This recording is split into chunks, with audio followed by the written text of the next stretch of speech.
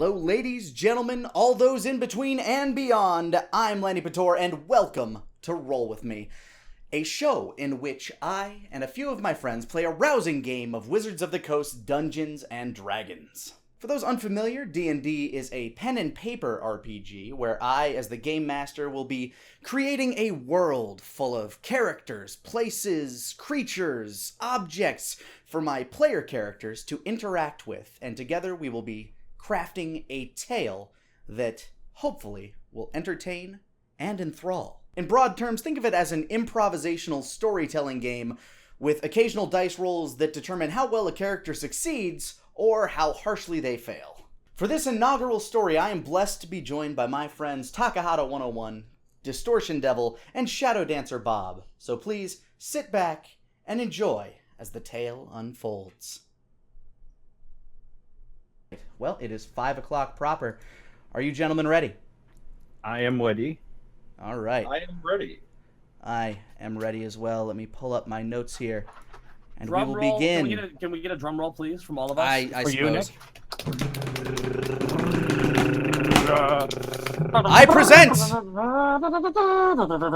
to you, ladies and gentlemen, The Ties That Bind. Working title. All right. Let me set the stage for you. Our story opens in the town of Amberglade, a peaceful farming village in a land of near perpetual springtime. The land is fruitful and the people, for the most part, friendly. On a lonely hill, under a budding plum tree, we find a dusty, blonde, raggedy-looking man. His name is Wolfgang Connolly, the first hero of our tale. Wolfgang, you're kneeling, eyes closed in contemplation on this rainy morning, your knee wet from the mud. A gentle breeze caresses your face, a somber reminder of the hand that's no longer there. As you open your eyes, you look upon the grave of your wife. A grave that has been there for 6 full moons now, but still feels all too fresh in your heart. You lay the flowers that you picked this morning on the now sprouting dirt.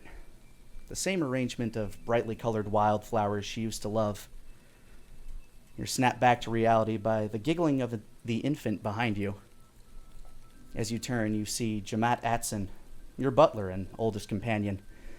The old gnome hums a little tune as he bounces your little infant son in his arms and makes silly faces at him. He notices your glance and gives you the same warm, paternal, yet remorseful smile that you remember.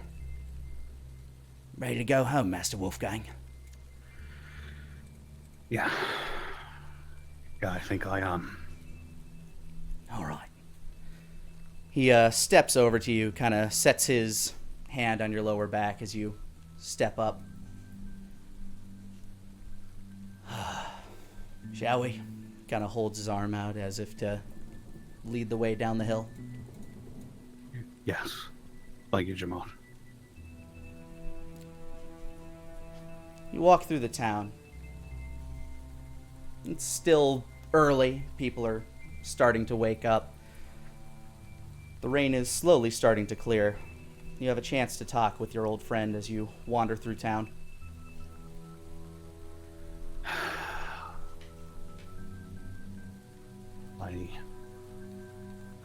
Even after all my years of doing what I do, it still didn't prepare me for something like this to happen. I don't think you could ever be prepared for something like this, Master Wolfgang. It's heartbreaking every time, and this coming from a man who's lived over 200 years. I knew your da since he was a baby, and I knew you since you were a baby. I know, Jamad. It's just... You're all I got now. You and him. Well, young Master Elliot, he's a lot to have, sir. He says as he bounces the child in his arms a little more. He giggles and coos. I imagine I hear him cry in the middle of the night. Sounds like Sounds like a town siren going off. Well, you weren't any better, Master, let me tell you that much. Yeah, I suppose I wasn't, but wasn't around to hear it. No, I suppose you weren't. As you walk through the town, the rain slowly starts to clear. As you proceed through the town, you pass by the town's library. We enter to see a messy-haired tabaxi dozing at a table. The studious sleepy cat's name is Denier Highwind, and his face twitches as he dreams.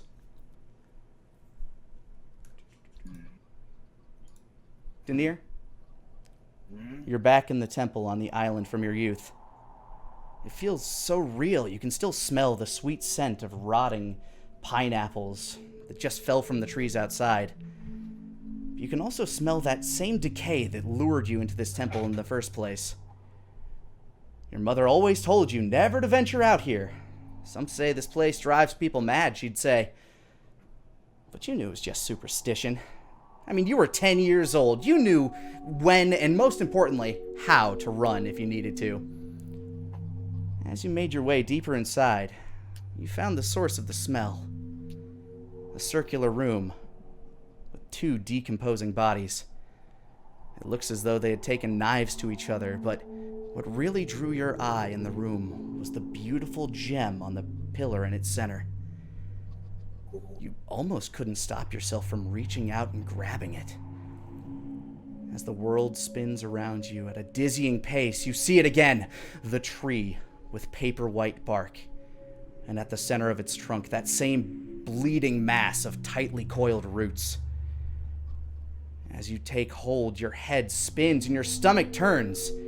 And I need you to make a will save. Will do. It's just a will save. Wisdom saving throw. Save. I am looking for it right now. All you gotta do, it's on your character sheet. You just gotta click Wisdom save. Wisdom saving throw. I believe that is it. Ooh. 19. Solid. You still feel your head spin, but you're shuddered awake. Huh? It was all just another dream. You all right, my lad? Comes the familiar old voice of Alexander Sneed, though most people in town call him Old Man Lex. Yes, the dream came to me again. That's what Back home. That's what you get for reading all them books. You spend all your time studying, boy. Yes, but as they say, with knowledge comes power. And with power, I may find my way back home someday.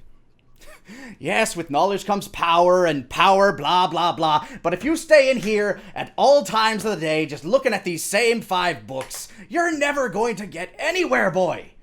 Go get some fresh air, for God's sakes. How long has it been since you've seen the sun? I'd say it's probably been a couple days, but it's been raining, and you know I don't rain. Oh, it just started this morning. Here. Ugh. Found this attached to our door this morning. He hands you an old pamphlet. Well, it's new looking, but the parchment is rather old in texture. It seems to detail a tavern of some sort, a traveling tavern. It says, "You're welcome to the Wandering Weasel, a place for glory, food, and drink." It gives you some light descriptions as to where to find the place. So why don't you go out there, I don't know, have a drink, meet some friends, just do something. You're rotting away in here. Yeah, I like that. Thank you. You're welcome. Now step out, boy, step out. He opens the door for you as he dusts off the area. Denier grabs his cloak. He reverses the red back to the dull brown. All right, you're wearing your brown cloak. Hood goes up, and Denier heads out towards the tavern. And, have some fun, boy. As long as there's a good story to be heard, I'm gonna have a blast. He kind of chuckles as he rearranges this old, musty library that barely has any books. All right, as you step out, as you step out of the library, you walk into town, and I want you to make a perception check. Okie doke. Perception. Nope. Well, as you're looking straight into the, you're absent-mindedly staring at the sheet of paper, just like, huh, okay, so it says I go to the end of town, and wham! You run into somebody. I'm terribly sorry. Sitting on the ground in front of Denier is a man with the head of a snake. This freshly perturbed reptile is Osmo. I will reach a hand out, and I will offer him a hand. Osmo, can you believe this shit? First, you're wrongfully imprisoned for your perfectly legitimate roadside security collection. Absolutely. I mean, sure, the negotiations got a little rough at times, but those who paid never had issue making it all the way to the town, did they? Feedback was usually unanimously happy to be over with. Yeah, exactly. Absolutely. And now that you're free, breathing fresh air again, this little shit bumps right into you and knocks you into... I smack the hand away. Oh yeah, you fell right into a puddle, man. Like your ass is wet. Okay, so who the hell do you think you are? I bare my fangs, and you see one of the fangs is a golden fang. I'm the tabaxi that's going to buy you a drink to make up for this. As well, I'm going to clean your clothes. Yeah, he shows you the pamphlet to the tavern. You hadn't seen this yet, but this guy's offering you an olive branch. He clearly seems sorry, but I want you to make a perception check. Sure, I will be more than happy to do that. Ooh, I gotta pull up my character sheet because Yeah, I had to you do. reset. I had to reset Yeah, it. no worries. I had to reset it. 1 second. Character sheet. You want me to do a perception check? I do. And where? But yeah. That it is 11. All right. Yeah, the paper looks fine, but what really grabs your eye is you can see shimmering in his inner pocket what looks to be something precious, something shiny. My eyes go snake-like. Well, maybe no harm nor foul. Now, what kind of drinks you talking about? 1, 2, 6? That's we talking there, buddy. I put my arm around him. The name's Asmo, and I've just got out of a living situation. Smiles. You see the gold teeth. I'm Denier, and it's- we'll see when we get there. Oh, good. Everyone needs a friend like me.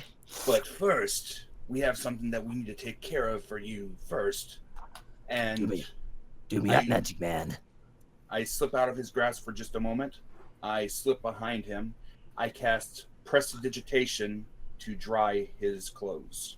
All right, through Asmo, through magical means, it feels like a heavy, hot gust of wind just blows you right in the ass. But then your pants are 100% dry and clean. Just adjust that. Can I check the knives on my back? Okay. Yeah, you check, you feel around, you frisk yourself. Every single article of yours is still there, unless you wanted to try to rob him, Shadow. No, I don't think I'm going to try to rob him quite yet. All right, that works out. Yeah, all of your things are still there. Oh, good. So tell me, where is this place? I'm ever so itching to get that drink you promised me. And tell me more about you. Well, I come from an island far to the south.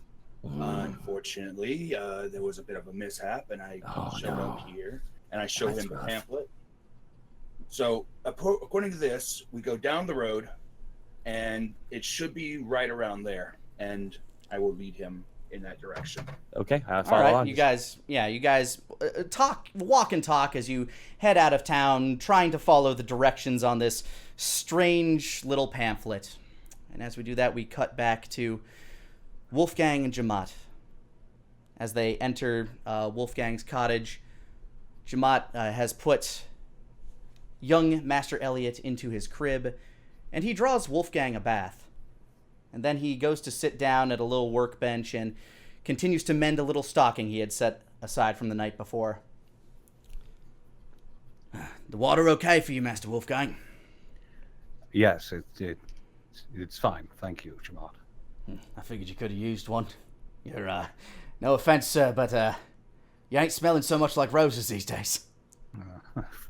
Figured I'd fit in with the townsfolk better. Perhaps. Tain't a bad time, sir. No, it's not. She's just got bad memories attached to her. That it is. Wolfgang's gonna go over and play with Elliot a little bit. Just.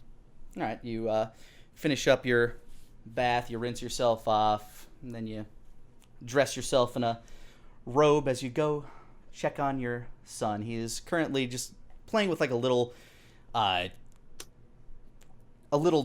kind of like a grass knit doll. Just kind of chewing on it.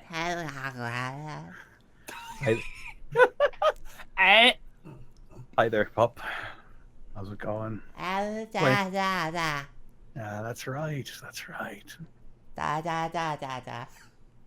He starts like he starts kind of like bouncing and shaking the doll a little bit. You're so smart. Take after your mother a lot.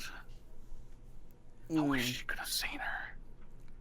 He's like staring at you as he chews on the doll. You know, sir, even if he don't have no conscious memories of her, she still lives on in him. Yeah. You look so much like her. He does have her eyes. He's got your nose, though, and your cheeks. Unfortunately. Yes, quite unfortunate, sir. He gives you kind of like a knowing smile. But it does get easier. It does get easier. Pray to whoever's listening, you're right. Well, you don't need to pray much, sir. You just gotta try to continue the legacy where it left off. Right now, he's that legacy. Yeah. You hear a knock on the door. I'll get it, sir. Jamat goes, checks the door. Nobody's there, but they did do a number on our door. He jumps up as he pulls like a little nailed pamphlet down off the door, leaving holes in people's doors. Who does that? I'll shoot him next time he comes. Yeah, we'll keep an eye out for him. The Wandering Weasel, a traveling tavern. Oh, I remember this place. Oh, it's a lovely place. Traveling tavern? Yes, sir. I think you should go here. It'd do you some good to get out once in a while. I mean, you've been all tied up with yourself for so long. I could use some booze. That and, who knows, maybe you'll even smile. Wouldn't kill you every once in a while. Wait. It's not like I never smile, just rarely have reason to. Yeah, he Want me to hands bring you the- something back? Oh, whatever you will, Mr. Wolfgang. I ain't need much. We are running a little low on provisions. I was thinking about stopping by the market tomorrow.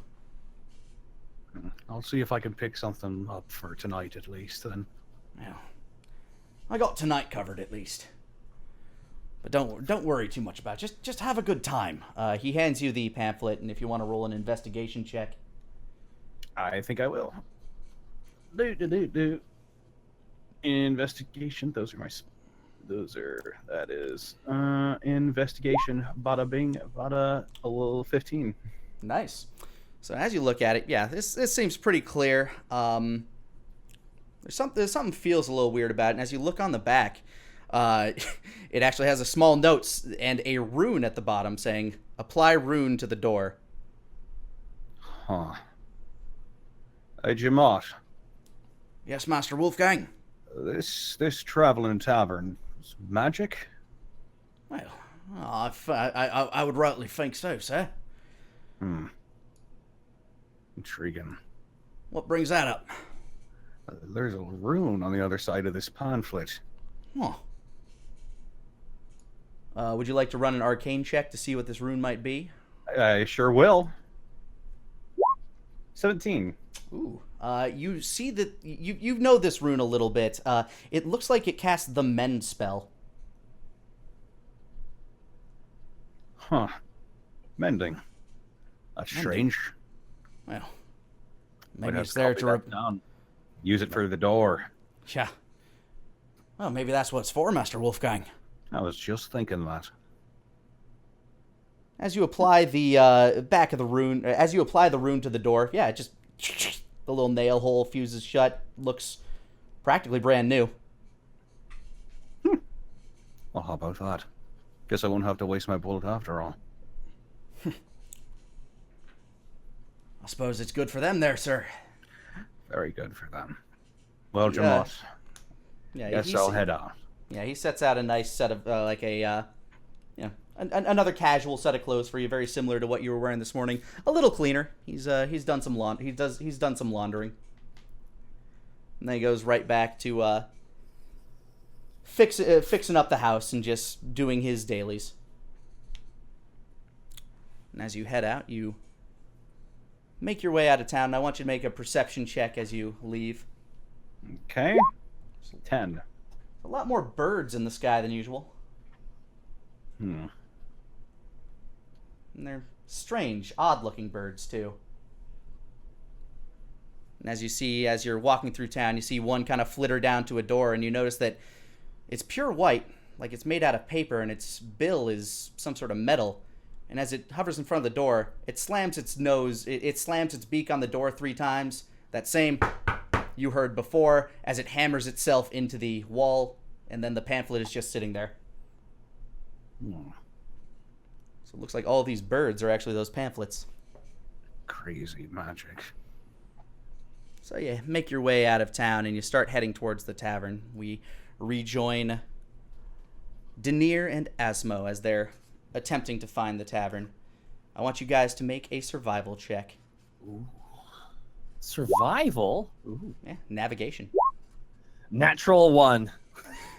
Natural 1 for Asmo, but don't worry, Denier's kind of got you covered. You guys get lost for a little bit because Asmo's really insistent that he knows what's up.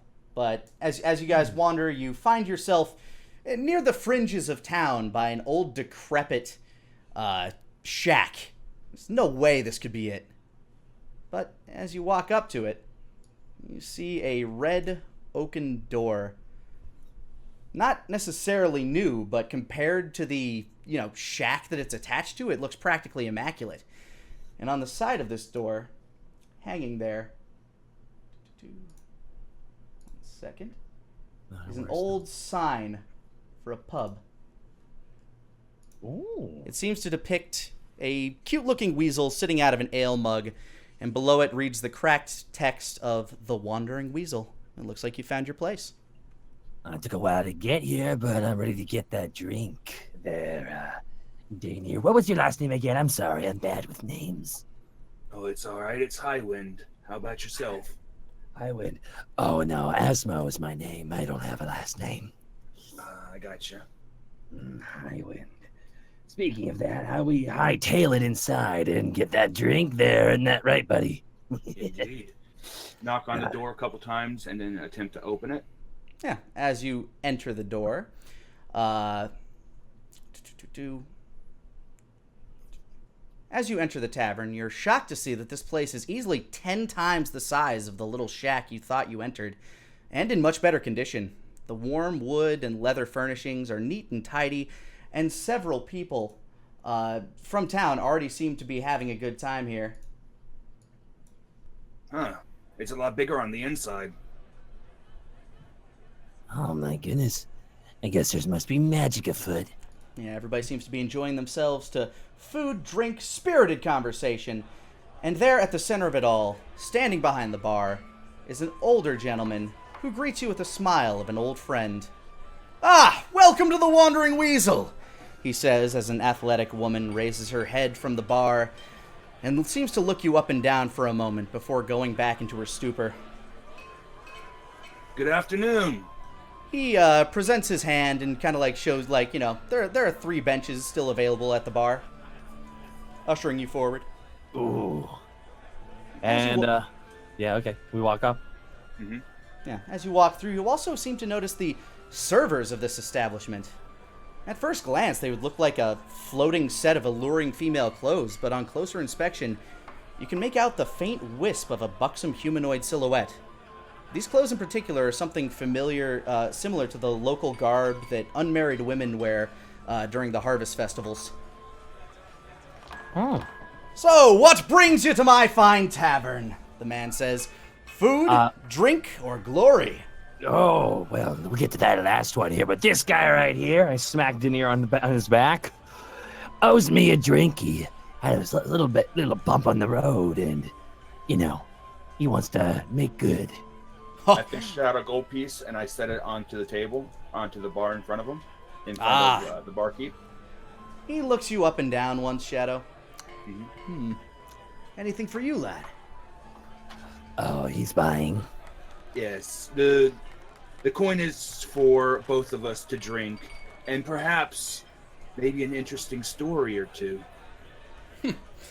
Well, my name is Tommen Ipombus. Oh, okay. You spelled that out for us. Tommen Ipombus. Tomin. That's his first name. Common. It's the last thing that's going to give me Epombus. Eponbos. Bus. Oh my god, Eponbus. That's... Oh, you can just call me Tom. Worry not, lads. But you, son. Let's see, I can get an ale for your friend, but you still seem a little short in the whiskers, if I know your kind proper. Speaking of which, not many of you around here, he says, looking you up and down, Denier. I'm a bit too far inland for most of my kind, but never took to water very well. Well, that's how you have it.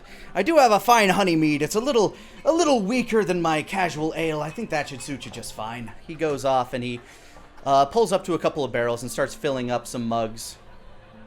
Meanwhile, the athletic woman beside you is just every now and again casually looking up and around the bar, taking a drink from her bottle. What are you drinking there? It's a delicious batch of Nunya. Is that from the business line? I'm getting old. She smirks. I extend a taloned hand. Asmo.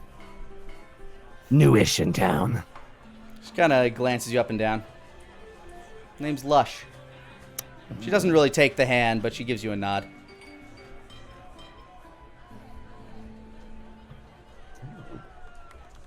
Hey, barkeep, I smacked the table. Give me something strong. You know how my kind have stronger constitutions. He chuckles as he hands you an ale. Well, why don't we start with this, sir? Then we'll move on. And he hands you, Shadow, Denier, a delicious smelling honey mead. Much appreciated. It's at this time you hear the door ring once more as Wolfgang enters. Wolfgang, this place is warm and bright and vibrant, lively, like nothing compared to the areas surrounding it. Fucking loud in here. Hello and welcome to the Wandering Weasel, he says as he gives you a quick glance. Actually, oh shit. Uh-oh. Yeah, he does a quick double take at you, and then just immediately goes back to what he was doing, like, you know, offers you a seat, like as he points to like the third open stool. Oh yeah, Lush does the kind of the same thing as she gives you kind of like a double take as you come through. Sort of glance between the two of them as I make my way to the seat that was designated for me. Not really breaking eye contact with either of them. The barkeep is kind of keeping to his own business right now. He's washing a few old ale mugs that some of the serving staff is dropped off on the side. Wolfgang sits down. Yeah, you sit directly next to Denier, who is next to Osmo, who is next to Lush. Whiskey. A hard spirit. You got it, sir.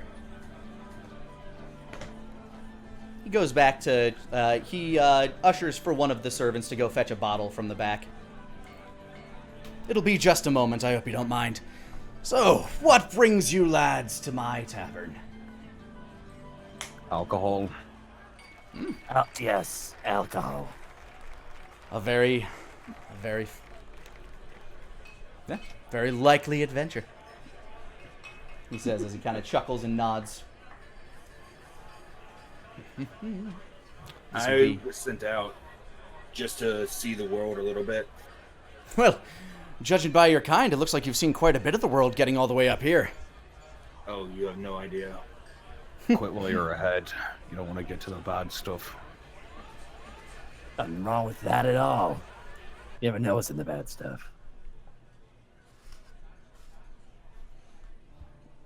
Yeah, you hear a small clatter as a glass falls off a table. Oh, damn it, Lush, would you mind? What? Really? It's not even my job. Why don't you get one of your invisible tramps to do it? One walks by as you can kind of see the silhouette of a middle finger flipper off. Oh, and you got time for that? What good are you? Another one walks by and sets another bottle down. Never mind, we cool. I'd like to do a perception check to see that shiny thing in Denier's pocket. See if it's Sure still thing. there. You're sitting right next to him. You might be able to get a good look at it. Go ahead and give me a perception check. That's a 14. Yeah, it's still there. Can I see what it is exactly? Looks like a very nice gem. It seems to be almost like, depending on how you move your eye and where you glance, it seems to be different colors. Like if you shift slightly forward, it starts turning like pinkish hues with like little green lines on the inside, and as you move back, it starts to turn a little bit bluer with yellow lines. It's bizarre. You've never seen anything like this, but if you'll give me just a standard intelligence check. Oh, be more than happy to. Intelligence check. That's a 12. Yeah, you look at it and you're thinking, man, I could get, at least, 100 gold out of this. That's more gold than you've ever had at once in your life. I just lick the teeth. So, Denier, how long have you been traveling for? About 7 years. Oh, that's a long time. My dear Denier, I'm glad you bumped into me, because I'm in a bit of a pickle myself. Mm-hmm. You see, I fall on hard times. Hardest of times, truly. Recently my business went belly up. I got forced out by a rival business, if you know what I mean. As you say that, you hear the door slam opens as to and with triumphant "Ah!" You turn to see a brass-scaled dragon man, a dragonborn man, enter, arms upheld as if in a triumphant fanfare. Ugh, loud-ass Tyrus Rex looking motherfucker. Osmo, you know this guy. This is that goody two-shoes son of a bitch that busted up your operation and helped turn you into the guards. What's his name? Basically, as he enters, everybody goes, "Garrick! Ha-ha! Yes, it's me, my friends!" Asmo just looks down. Have Yes. a quick perception check. Gorick. Garrick. Garrick. You see the bartender look up. "Hello and welcome to the Wandering Weasel. Please feel free to find yourself a seat. It seems to be a little crowded, but..." "Oh, no, please, have my seat, Mr. Brightscale." A man steps up and just kind of steps away from a table. "Thank you." Thank over. you. Thank you. Anybody who has lived in this town for, I don't know, any number of months can make a intelligence history check to learn a little bit more about Garrick. This would be Snake and Shadow. 13. 17. Yeah, Shadow, you've heard this man's name before, and Snake, you know a little bit more, but this guy's kind of a local hero. Like, he's been kind of a go-to for the town guards if ever there's, like, a disturbance. He's stopped highwaymen, and Connor, you've actually heard the tale that this man and his brother once stopped a hill giant. Like, they took down a hill giant. His brother's no longer here, but good old Garrick stuck around. Oh, fucking bravo. Yeah, as he walks by, he does notice you, Osmo, and he's like, didn't realize you served wannabe highwaymen here. As he looks over to the bartender. We serve anyone who has got the coin. Come on. I spin in my chair and look right at him. Oh, hello, officer. I thought you said you didn't want to see me again. Officer. Oh, if I had the rights, you'd be in jail for a lot longer. Well, good for both of us. That wasn't the case. What are you doing right now? Shuttering more, businesses, legitimate or otherwise? I'm afraid I don't really shutter legitimate businesses, but I think you know that all too well. He kind of gives you a sneer. Oh, what? He sees your fingers start kind of like twitching and moving to your side. You want to go for round 2 there, lad? Why? Got all your men backing you up again? Lush sort of stands up. All right, not in here. Yeah, lay off him, Tyrus. Whatever the fuck your name was. Tyrus was my brother. Kind of moves aside. Gives a little scoff as you see like a little bit of smoke shoot out his snout. I'm fucking shaking.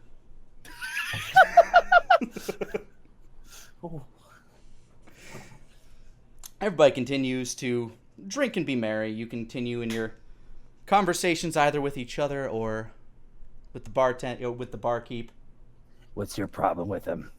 I say over to Wolfgang. I ain't got no problem with him. He's loud. He sounds like an asshole. I can confirm the latter and the former, actually. Doesn't like it when people set up legitimate businesses. Now Sip you're my being drink. a loud asshole. The ale's good. It's actually way colder than you expected it to be. And Wolfgang, like one of the invisible servers comes by and like hands you your glass of whiskey. About fucking time. He takes a big swig of it. How big a swig? Pretty big. Yeah, go ahead and roll me a Constitution save then. Oh boy.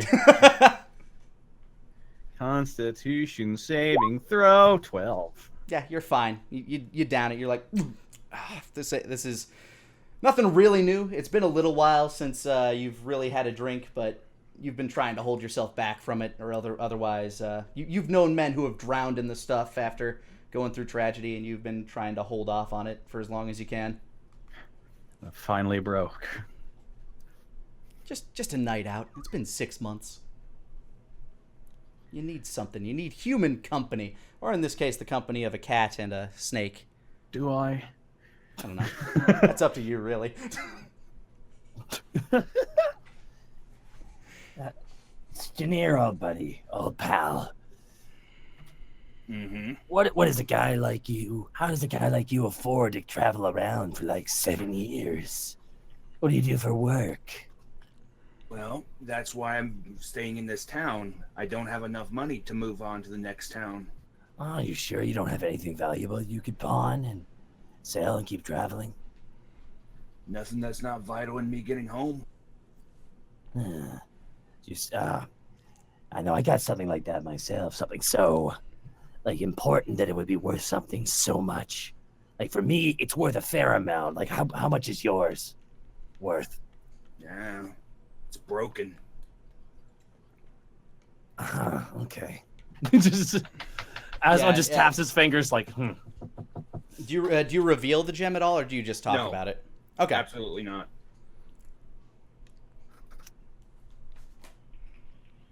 And as Asmo quiets down, I look over towards Tom. This establishment is fascinating. Ah, glad you appreciate it. Outward appearances, no offense, but on the outward appearances, it looks dreadful, but inside, I can tell that this place is just filled with magic. I mean, what kind of magician created this place? Yeah, Well, you want me to let you in on a little secret, lad? He leans in. Lean forward. It is magic. yeah. He says, and they kind of like leans back slowly. It's not just the place either. You got little birds flying around as well. Ah, yes, my little messengers. They do their job. Hammered a pamphlet to me door. You got the rune with it, right? I try to print them all with the runes. Yeah, the mending rune. It's strange how you can print those off. Good. I forgot to print off a batch of them once and got run out of a town. People don't have a good sense of humor. He kind of chuckles to himself. But you gentlemen, something tells me that something else brought you here. He just kind of looks you over. Asmo looks at the gemstone. Oh, always up for a little adventure every now and then. Never know what can surprise you. So it be glory that you're seeking? He kind of gives like a little mischievous smile. Already told you what I'm here for. The bottom of a bottle. Takes another swig. He kind of waves over another one that kind of walks by with a bottle and refills it for you. Shall I open you a tab? No, I got money. He just kind of smiles. Well, I'd certainly hope so. Asmo kind of looks over at him now, like back in the chair a little bit. Yeah, you scoot around and you look around Denier. Okay. Yeah, you're just looking over at him. Just like wondering how much money he has. Fuck Oh. you looking at? Asmo smiles with his you see his golden fang. Oh, nothing. Just wondering what a guy's got to say to get a drink bought for him. Or nothing at all. How about buy me a drink? It's okay. He's buying. Denier, buy him a drink. I've already given Tom the tab. He's already given Tom the tab, so drink away. Wonderful. Yeah, he continues to pour for you gents as you drink and make merry. Probably about 15 minutes in, you kind of hear the door open with a large thump. There behind you, you see the head of the town guard, Terran Slump. Terran Slump. Yeah, he's one of the guys that kind of threw you in jail. Like, he's the one that like really sentenced you and just kind of put you in there. He's a man with a gut a size too big for his uniform and a head about a size too small for his hat. Oh, for the love of God. Asmo looks down like into his drink, like, there's so many of them here. I'm afraid to inform you that this tavern is now closed. All able-bodied individuals are to report to town center. He says as the room kind of quiets down. Wolfgang spins around in his seat. What's this about? And why are you interrupting my drink? He kind of walks up to you. This is a matter of utmost importance. The Crown has ordered it personally. It's already personally. Fine. I want you to roll a stealth check on that muttering. Can your words stealth? Only we will find out. 6.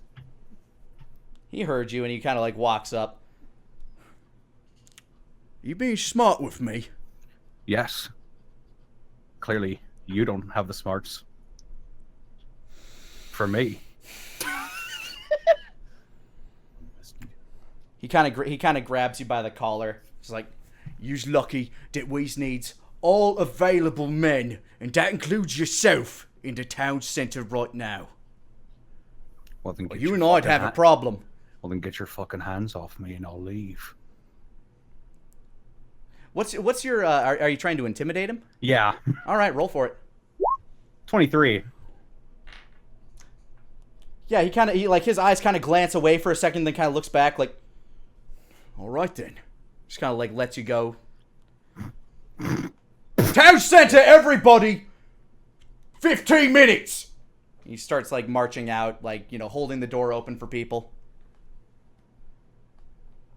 My Asmo's hand was almost in the pocket of Denier as Denier pulls away. Go ahead and roll sleight of hand. Oh, sleight of hand. Just 8. All right, Denier, roll your perception. Okay. Yeah, no, like you notice like his hand kind of like dangling down there, and you kind of brush your coat aside. All right. Denier will turn. He will pull the cloak tighter around himself, and he will follow out after Mr. Slump. Barkeep, I'm taking the bottle. Oh, don't worry about the pay. I'm sure we'll run into each other again. Put it on the cat's tab. You got it. Asmo reaches behind him. Marks down the whole bottle. You now have 3/4 of a bottle of whiskey. Sweet. That's not bad. It's not bad. Where is I'm just curious where Garrick is right now. Garrick is one of the individuals who was like first to leave. Like he's like, "All right, well, just finished my drink," and he settles his tab. He puts 5 silver on the table and walks out.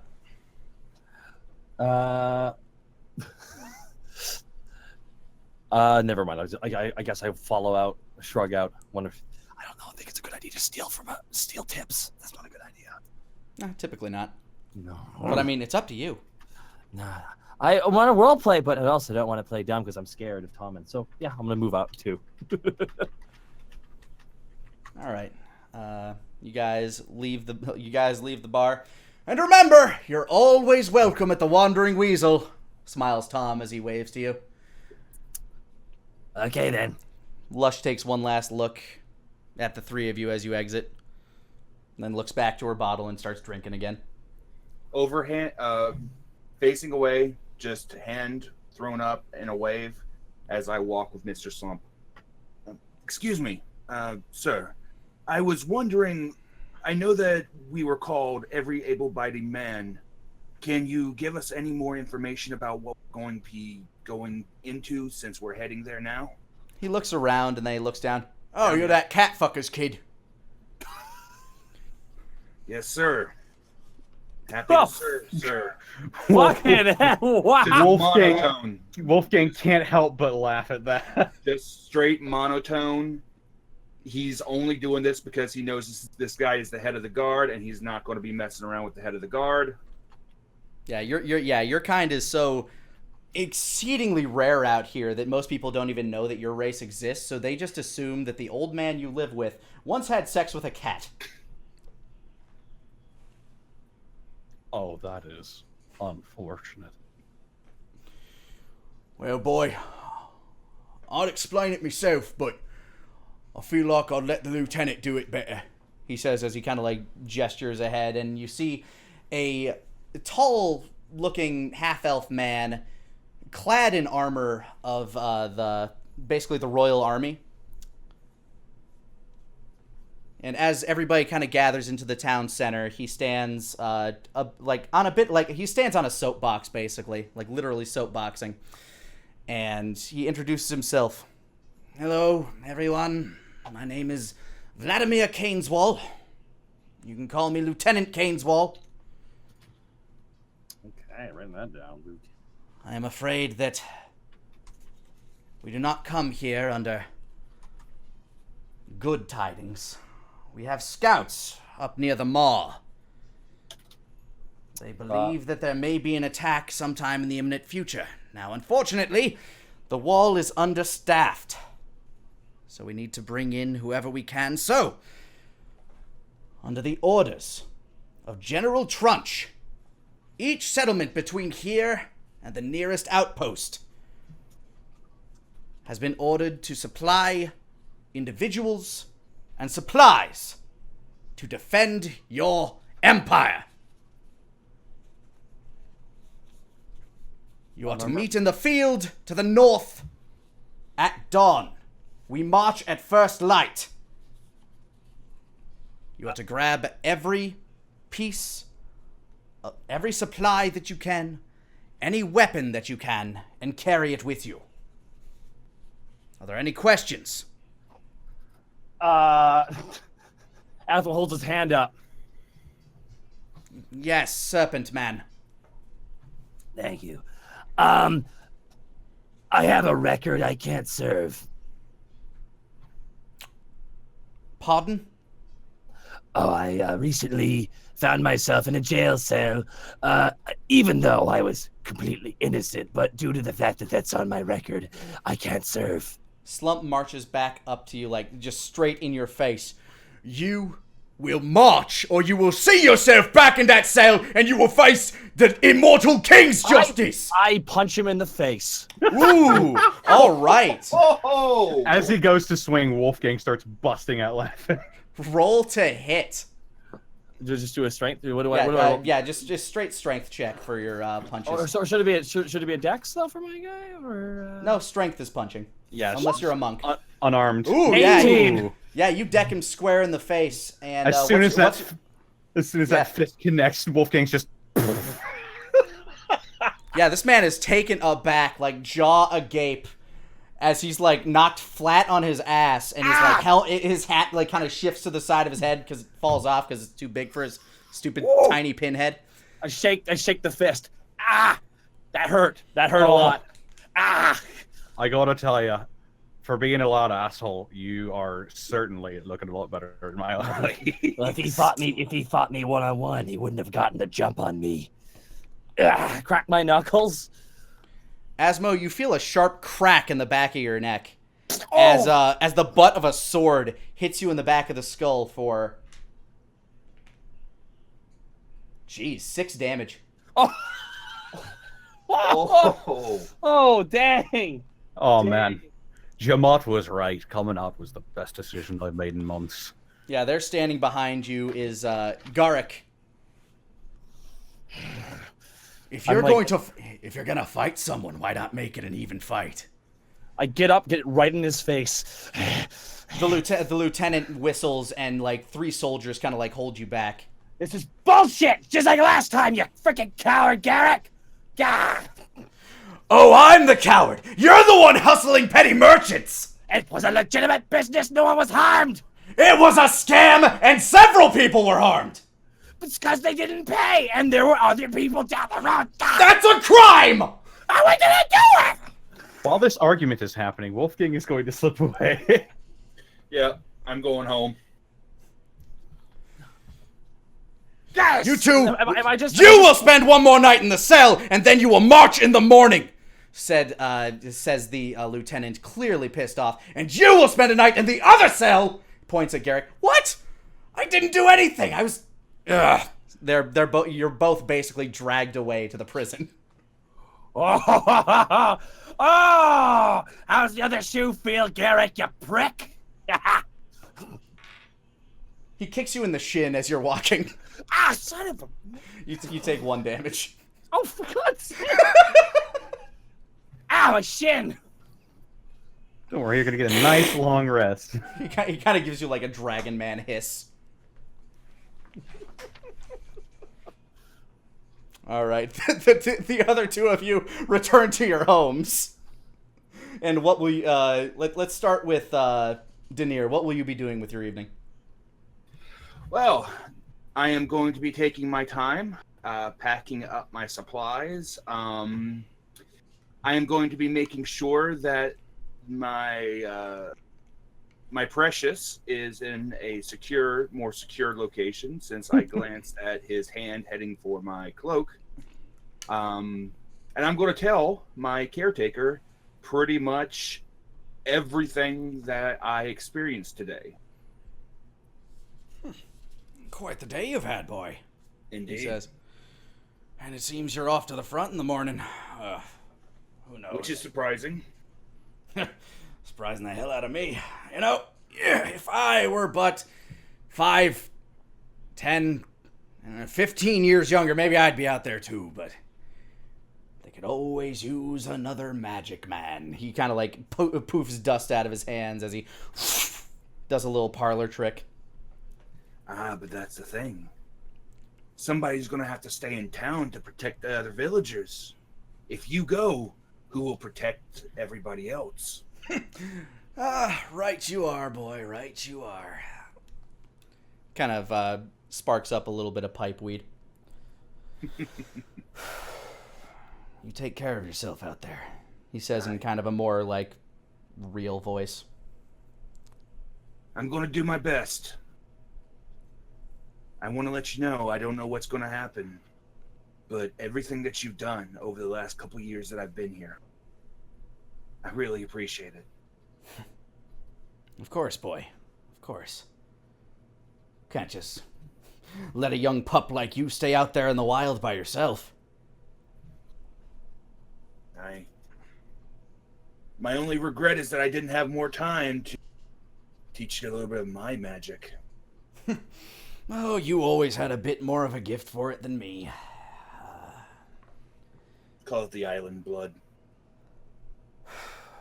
I say you just got the aptitude. You're much better at the book learning than I ever was. Hell, that's why this damn place only has 5 books, and I barely even cracked the surface of 2 of them. Mm-hmm. They're good books, though. Are they? I wouldn't know. He kind of smiles and leans back. My personal favorite is Mineralogy Science by Chris Tall.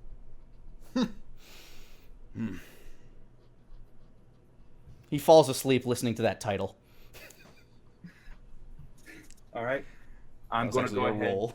and head to pretty much my room, my bedding, get everything ready. Yeah, you have a nice little place in a loft up in the attic. Mm-hmm. Since you're in a land that's like fairly warm, it's not as warm as you're used to, but you know your fur compensates. Mm-hmm. Wolfgang, you return to your cottage, whiskey bottle still in hand. Young Elliot is asleep, and Jamat is just kind of straightening things up. Welcome back, master. Hello, Jamont. Gotcha that drink I promised. Hear you're being called out to the maw. He kind of rolls his eyes. Yeah, by order of the crown. Damned kings think they rule over everything. I suppose that's what makes them kings, though. He kind of pulls out 2 glasses and ladles you some stew that was cooking over the hearth. Better than by divine right. Oh, they sit up there in their crowns. They believe, oh, look at me, I'm the son of fire. Spoiled brats. Yeah.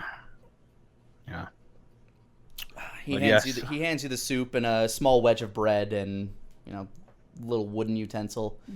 I go to eating and I sit down at the table and just going out tomorrow at dawn. You know, sir, I could go in your stead if it were pleasing you. He kind of like takes the glasses and pours 2 handles. I mean, I may be old, but I still got it where it counts. And he flexes his arm, which is still surprisingly toned for a gnome of his age. I don't doubt it. You've been our family butler for 200 years. And bodyguard, and there was more to it before that. He smiles. Yeah, I imagine. But, no, I think this is something I need to do myself. It's been a long time. I kind of figured this day would come, sir, so... He stands up and moves over to a wardrobe, opens it up, and pulls forward a false back to it. I made sure to keep these clean for you. And he presents you your old hunting clothes. Figure they might be useful, he says as he takes a drink. Suppose so. I figured I'd never put these back on. Life has a strange way of making us do things, sir. Yeah. He says as he, like, in a moment of realization, as he, takes another swig. I also, modified your old faithful. He pulls out the silvered, what looks to the modern eye to be a revolver, with a bone handle, lots of etchings on the side. You see, I get to tinkering, and, I figure if maybe I just change the crystal, and he pulls back the hammer, and you can see a red crystal at the end of it that seems to spark. Well, I think it's got a little more oomph to it now, sir, if you want to give it a go outside, don't want to make Master Elliot.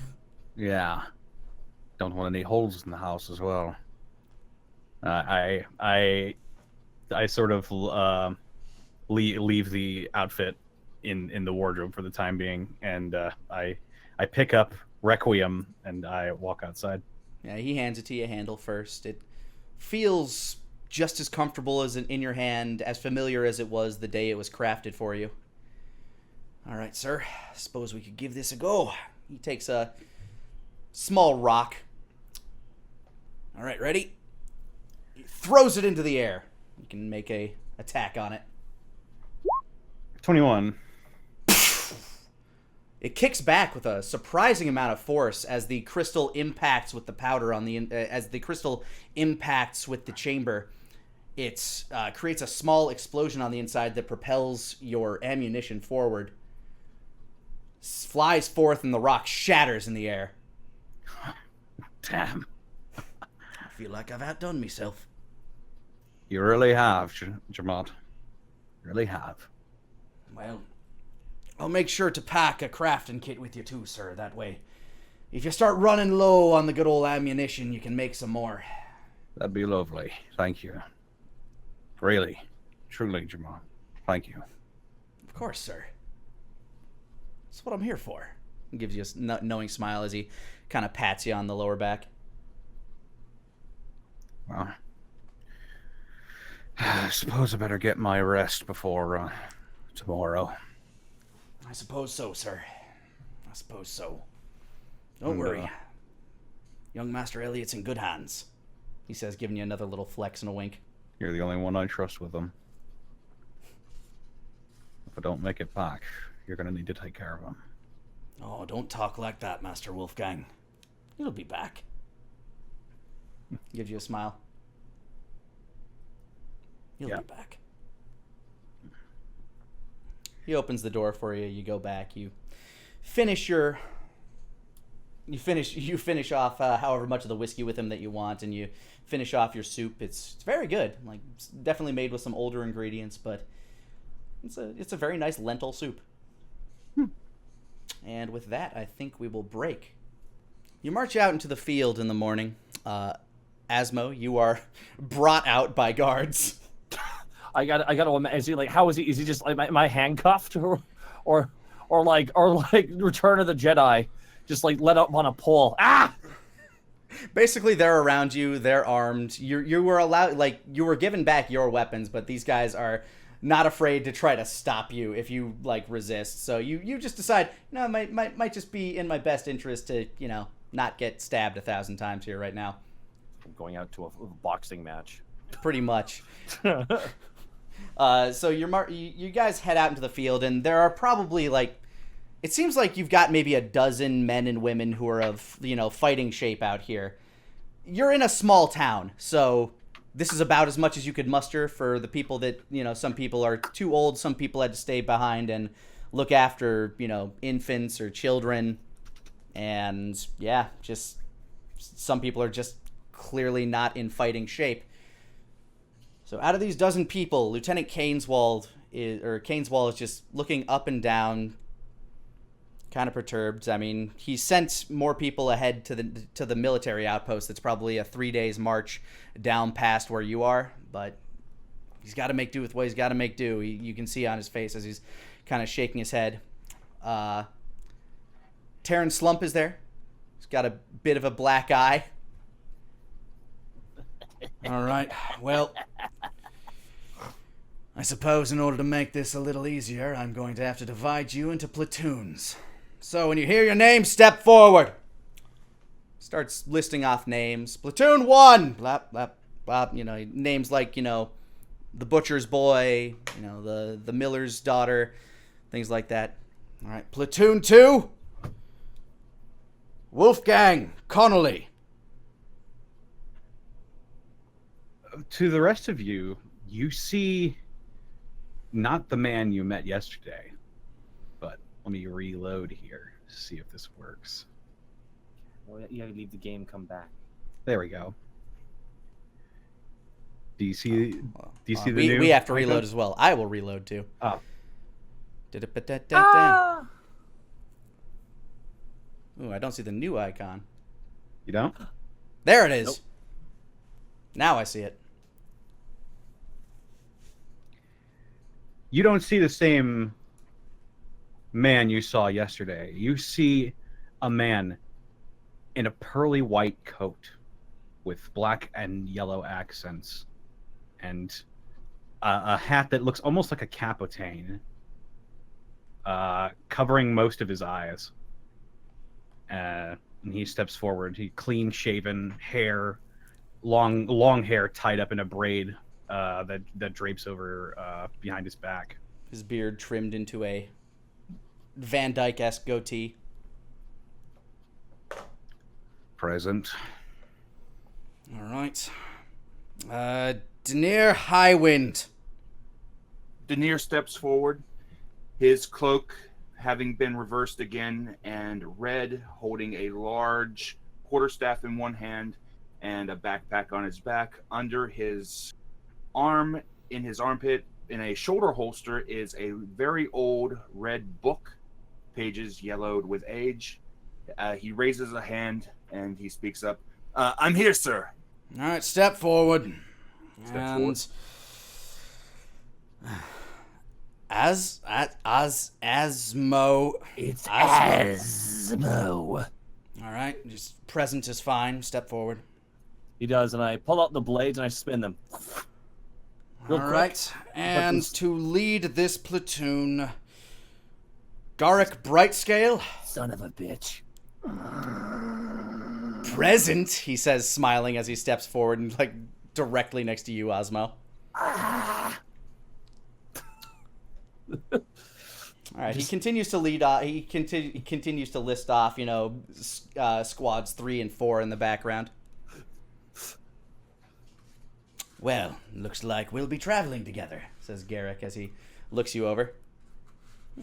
I don't believe we've had the chance to properly meet. He is talking directly to you, Denier and Wolfgang. My name is Garrick Brightscale. Pleasure to make your acquaintance. He seems polite enough to you. He's got a nice big long sword attached to his back, gold handle, shiny but definitely worn. But he looks like he tries to take good care of it. Seems pretty old though. It's got a little bit of chainmail on him, and his skin is a very shiny, pale copper. You know, brass. Shiny. I look forward to working with you. Working for me, he says as he kind of smiles, giving himself a kind of a verbal pat on the back. Oh, look at you. I'm sorry. It's just like it's destiny for my family, you know. We are bound for greatness. He kind of smiles. My brother's a Royal Honor Guard down in the capital, you know. Oh, well. Yes, thank you. Yes.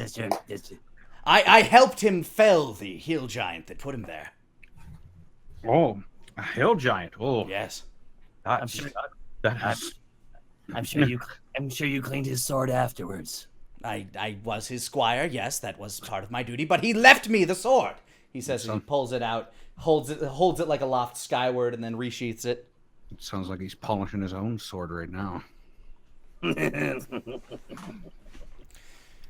right, he finishes, the lieutenant finishes calling out the squads, tells them to assemble. All right, form up. We march. Northward. I say to Garrick, not that this isn't the most inconvenient of time, but do you even know what we're fighting? Oh, who knows, he says as he's, like, wandering. They send all of the nobles from the capital send their brats up there. They go up there to say, ooh, I defended the front. It's probably just a few brigands. So what do they say when they send a brat from a no-name town like this? Well, clearly that's when they're looking for things to actually get done. He smiles. Kind of like taking your insult, ignoring it, and then turning it into a compliment for himself. Damn it. He's good. Yeah, when they're recruiting people from a podunk backwater town like this, something's really got to be bad. Like I said, it's hard to say. The nobles up there, they've probably never seen a lick of battle in their lives. Probably run scared at the sight of a single, I don't know, bandit? Whatever. Legitimate businessman. He just kind of smirks as he glances you over and continues marching. How long is the walk? 3 days? You know, I've never quite made the trail myself. But if I were to estimate, maybe 5. Oh my god. Yeah, you guys buckle yourselves in for the march from hell as you just continue going northward. You make camp at, a few different locations, sometimes in a field, sometimes by a pond, and, the platoons take turns gathering, supplies or, firewood and things like that. Is there anything you guys would like to do as you make camp on your separate occasions? I'd like to ask Daenerys a question. All right, go ahead. Feel free to walk and talk. Daenerys, I couldn't help but notice a rather impressive gemstone in your pocket. Not gonna lie, I was tempted by it, but I resisted. Out of the goodness of my strength of character, but tell me how precious is that to you? It's the only thing I have of home. It's broken. I doubt it's of very much value to anybody anymore. But oh, I'm more than willing to see if it's broken. You can just toss it my way. I'll bring it back to you. Smiles. Daenerys smiles back. But at the same time, should it go missing, he lightly places his quarterstaff against Asmo's chest. Imagine waking up in the middle of a field with nothing. Or even better, waking up in Garrick's tent. See the collar kind of drain from his eyes a little bit. Like what? Wearing nothing by Garrick? You're weird. I knocked the staff away. You're weird. You're a weird guy. You know that. In a bed. He rolls up. He's a little weird. Maybe, but it got him away from me. Yeah, you guys, you set up camp. You have your individual tents. Yeah. Oh, I would like to use my Tinkerer's kit. Oh, go right ahead. Create some ammunition. All right. What material would you like to use? What's around? Well, if you do a survival check, I'd say that there's some rocky outcroppings here. You might be able to find something of use with a right check. I was certainly survival. That is a 13. And you manage to scrape together enough like lead to maybe melt down and turn into, a couple of bullets. Okay. You So- kind of hold the little kit over the fire, over the fire pit, and you drop like little slides of lead in it. You try to feather out the slag wherever you can, and I want you to roll me. Oh man, what's crafting? I think it's wisdom. Wisdom? It's either wisdom or intelligence for crafting. I'm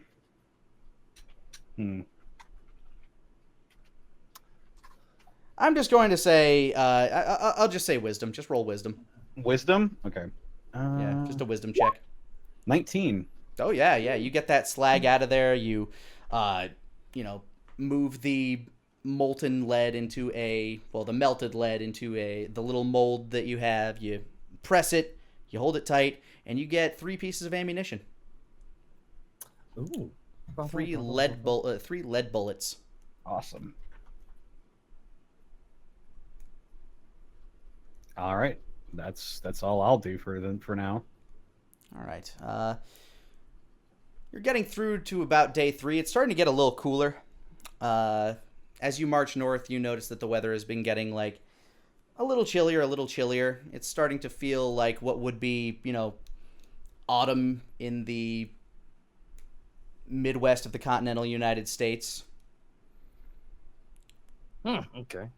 Yes, more trees are starting to pop up here and there.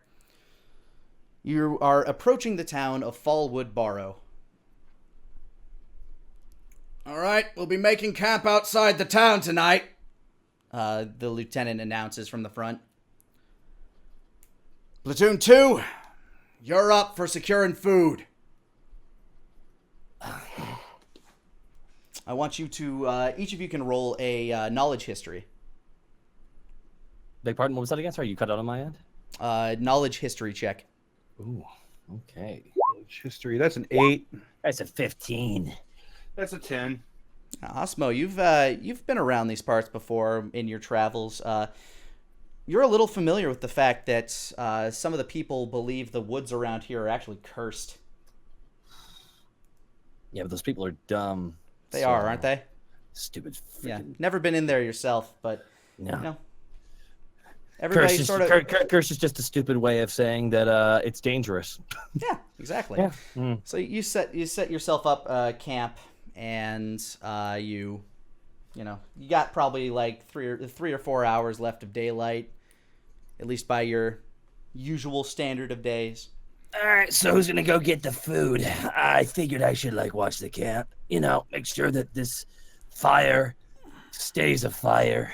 Yeah, well, I'm afraid it's my job to make sure that we all get the food, says Garrick as he hoists a longbow from his satchel and kind of like straps across his back. Don't worry, we'll go out there, get a few rabbits, I don't know, maybe a deer. We'll feed the camp, be back before dusk. Well, well, don't let us keep you waiting. Go have at it there, Tiger. Nice try. He kind of like points you forward. You first. What do you mean, me first? Go on. Start stepping. I need to keep my eyes on you. You notice that he's been walking like behind you for the most part. If you ever start to like trail back from anybody, he trails back with you. I get the distinct impression you don't trust me. Oh, what would give you that idea? Your general character. You need for feeling superior. I don't have a need, he says with a smile. Disagree. I just don't want to see the snake slither off when in the line of duty. You best watch your tongue when you talk about slithering. Oh, why? Is it going to end up forked like yours? Oh, you should only be so lucky to be like me. And I take off to the woods. All right. The rest of you follow him? Reverse the cloak to brown, and then go into the woods in stealth. Yeah, you flip your coat around. Go ahead and stealth up if you want to. But I need all of you to roll a survival check to look for materials. Well, 17 Denier, stealth, but Denier, what's a with your tree? natural 1, yeah, you're you've never been in forests like these before. They're weird. You're used to the jungles. Where are all the fruit? Like, you should just be able to climb these trees and just pull the crap down. Like, what is happening? I 17. know, right? 5. Yeah, Wolfgang, it has been a long while since you've had to do anything like this at all. In fact, you can't even really think of a time that you've done this alone, or like, you know, you can't even think of a time that you've done something like this by yourself. You've almost always had at least somebody there with you, like when you're tracking something through the woods. Meanwhile, Asmo, you are so familiar with, you know, living on your own, trying to survive, that as you flick your tongue out there, you know, you're getting yourself like a taste of the wind. You can sense some rabbits out there. Like, you can smell them. In fact, you like, as you turn a corner, you see them. They're just sitting there, just like chewing on some alfalfa. Just little bunnies. Aren't you cute? I pull out a dagger. Aren't you cute? Come here. I throw the dagger. All right, roll to hit with your thrown weapon. 7. It clatters off to the side, scares them, and they start skittering off. Ah! Son of a... Meanwhile, Garrick sees what you were looking at, takes aim with his longbow. But unfortunately, since the rabbit is now darting and dashing, he also misses.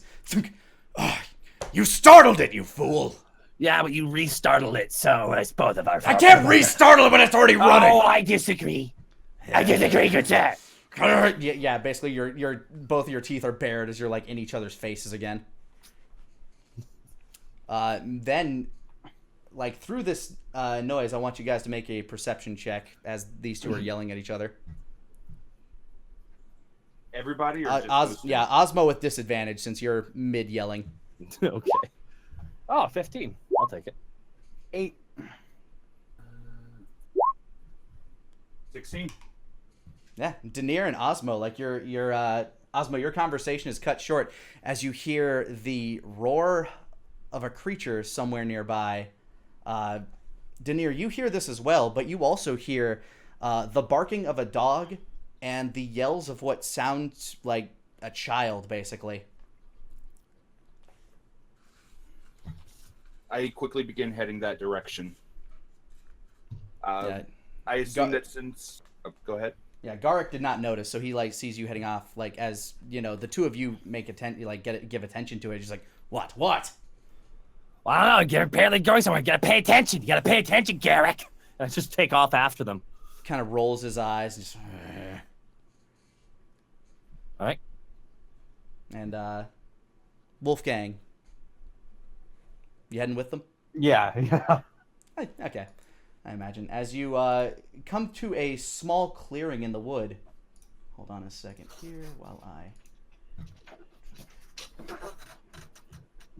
get to this.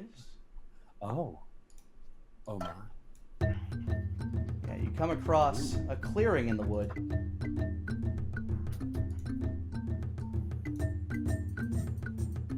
And there, against a tree, you see a giant Saint Bernard. Like, we're talking the size of maybe a donkey. And on its back, a small child. He seems to be wearing like a cooking pot for a hat. And he's wielding like a carving knife.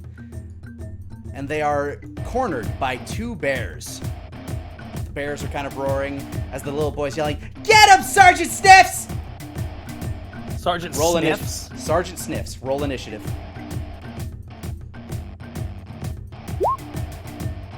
It's a 15. That's a 9. 21. All right. Let me get this in order here real quick.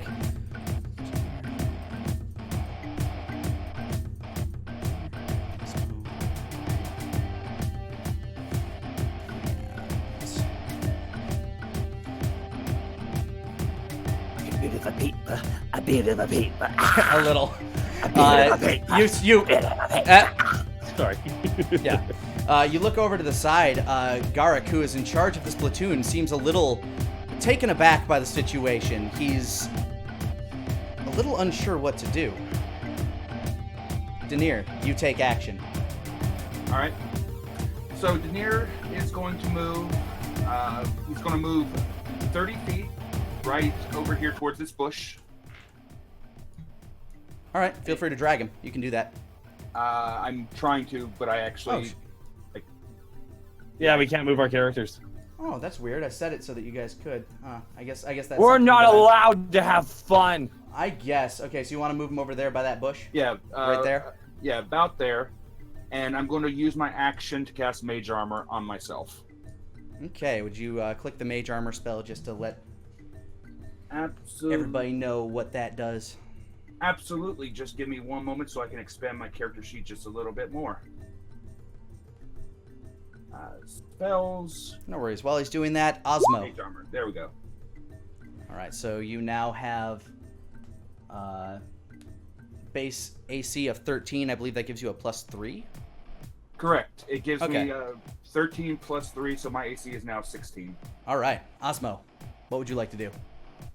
And sorry again that this isn't working the way I had intended, but I will move you for you.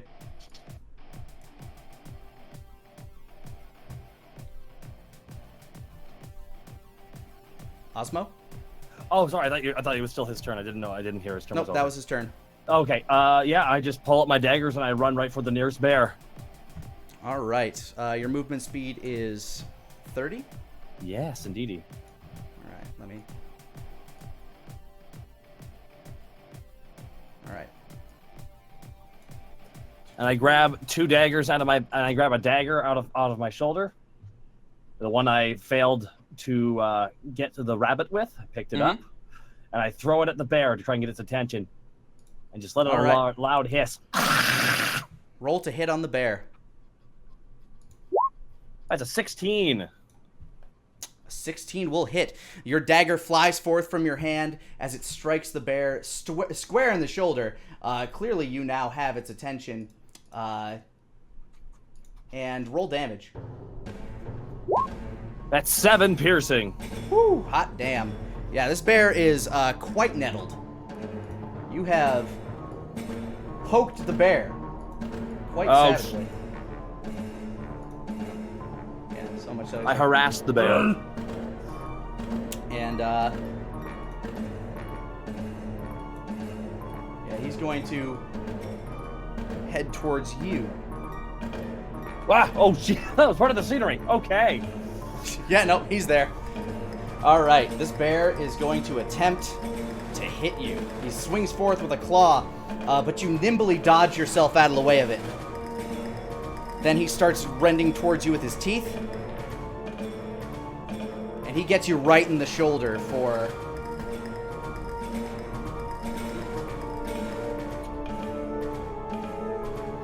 For 5 damage. Yikes! And by the way, you healed from the night before. So yes. yeah, you've been. Yeah, okay, cool. Just making sure you reset your health. I don't know fast. Actually, it's a smidge loud. Okay, is that too loud for you? Sorry. Yeah. Yeah. Sorry, I was having trouble hearing you. There we go. All right, Ah, shoot! Wolfgang, it is your turn.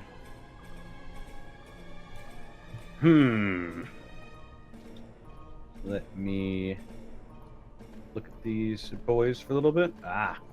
Okay.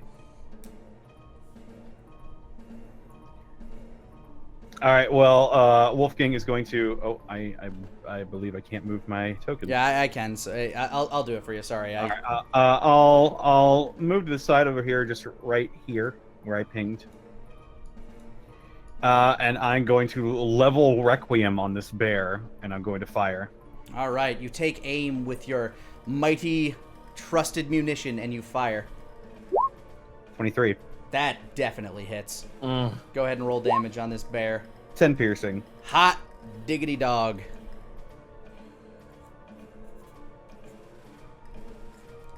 Okay. Yeah, the bear roars with pain as its side is pierced. Osmo, Denier, you guys have never seen a weapon like this before. It just, it made a small explosion as this bear, just gets pierced in the side. It seems to, kind of stagger over for a second before, returning its gaze. this time shifting it towards Wolfgang. Hey, Asmo- fuckface, take a hike. Asmo also looks over at Wolfgang. What the hell are you using? All right, next up. Get him, Sergeant Snips! Woof. Poof. Biff. Boof. Sergeant Snips runs straight up to the bear. And he's going to go for a bite. Ooh, that is a clean bite. The dog lunges up and bites straight at the bear's shoulder.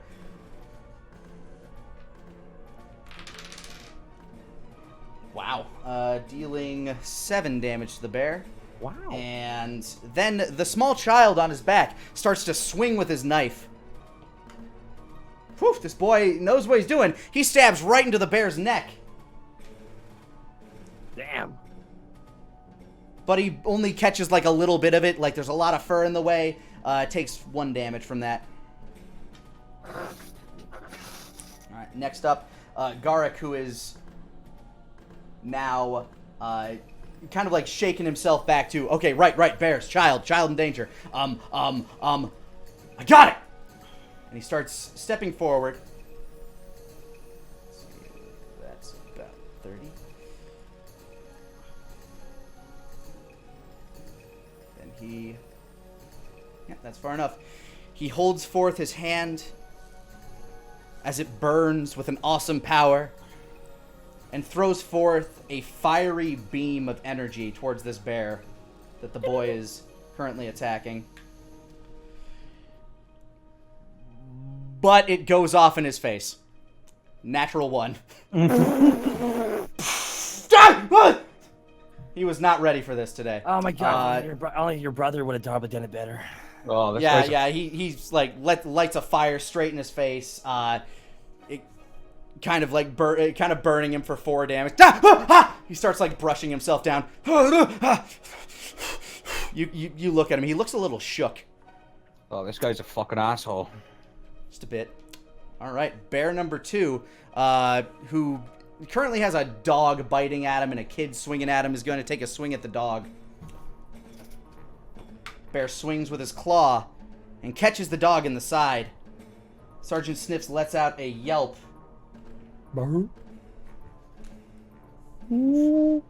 As he takes 7 damage.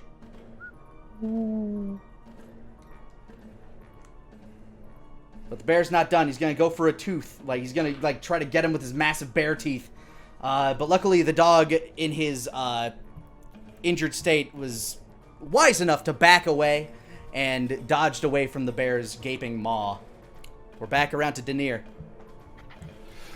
Denier notices the combat going on between the dog, the child, and the bear, and he doesn't want to risk hitting the child with his firebolt, so instead, he will go with a magic missile. All right.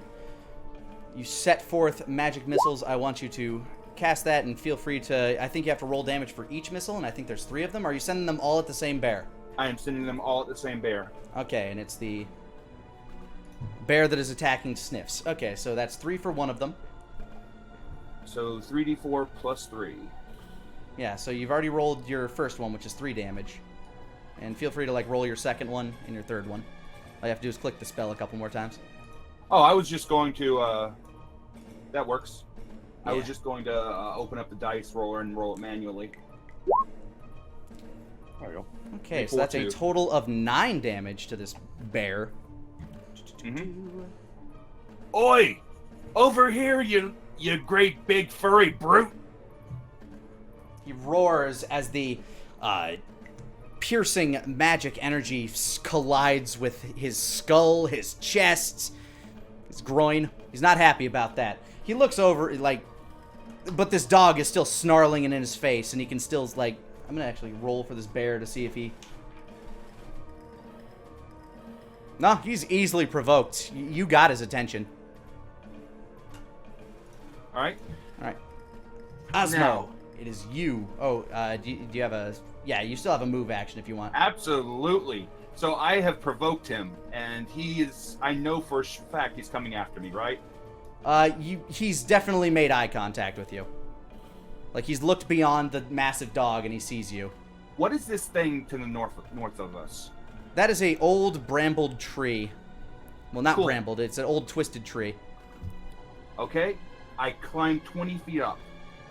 All right, you climb into the branches of the tree. I will. And that is the end of my turn. All right, you are now in the branches of this tree using your claws.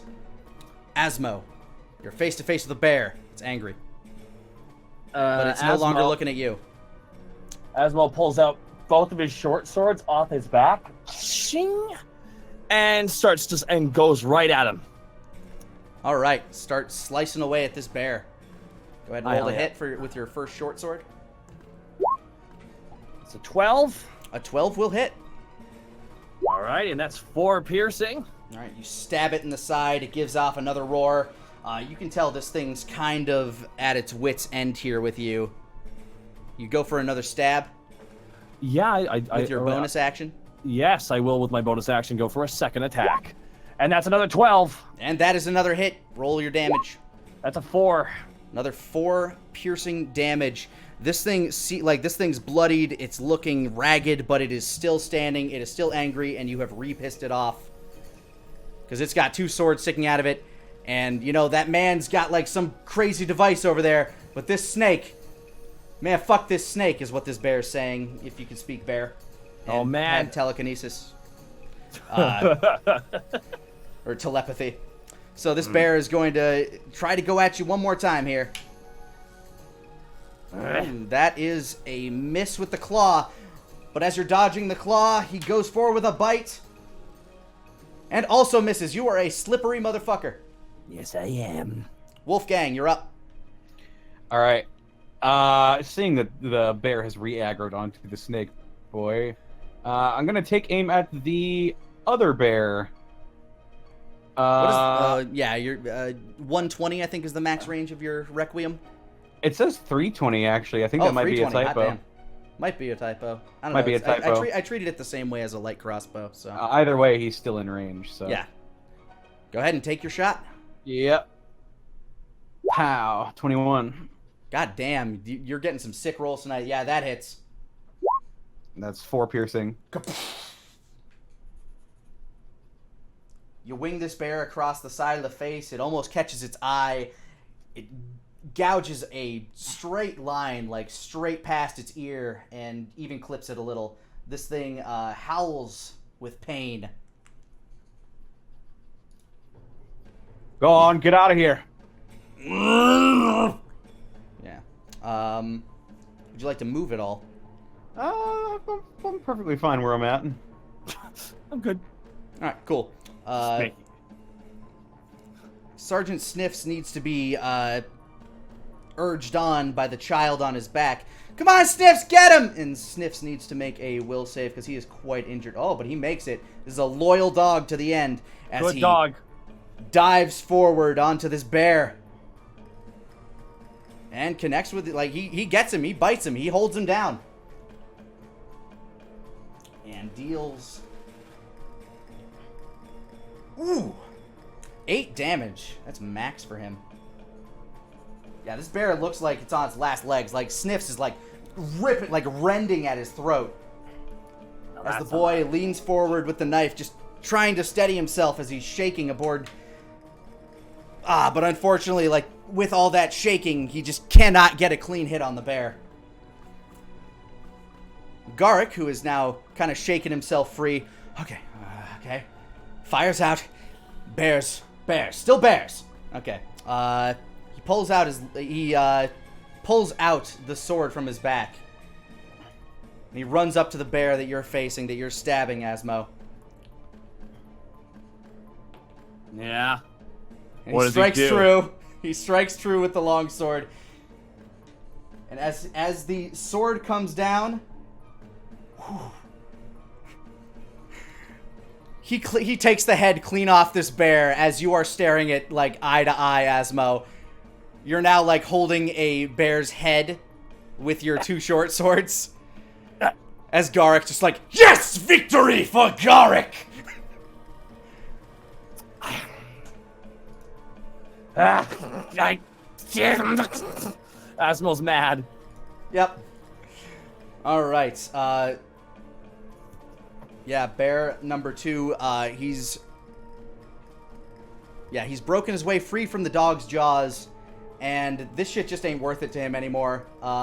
He's angry. He's injured. He's got a lot of wounds. He's gonna flee, provoking an attack of opportunity from Sergeant Sniffs, who misses. But as he starts to run, the boy, sensing the prey getting away, rolls a nat 20 and strikes him clearly in the back of the neck for, wow, exact lethal. Holy shit. With what? The knife. Oh, wow. Yeah, he uses the carving knife and stabs it square in the back of the skull. And the bears have fallen. Ha! Ha! Good work, Sergeant Sniffs, says the frightened boy as he's starting to pet the dog.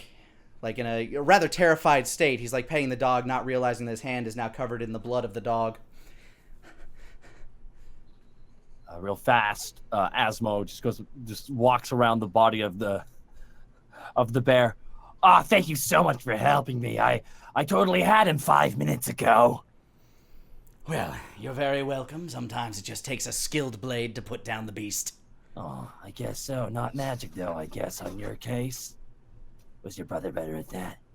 He kind of glares at you. Anyways, what's up with the kid? He's just sitting there like... the kid looks extremely shook. Like he's just petting the dog absent-mindedly. Good boy, Mr. Sniffs.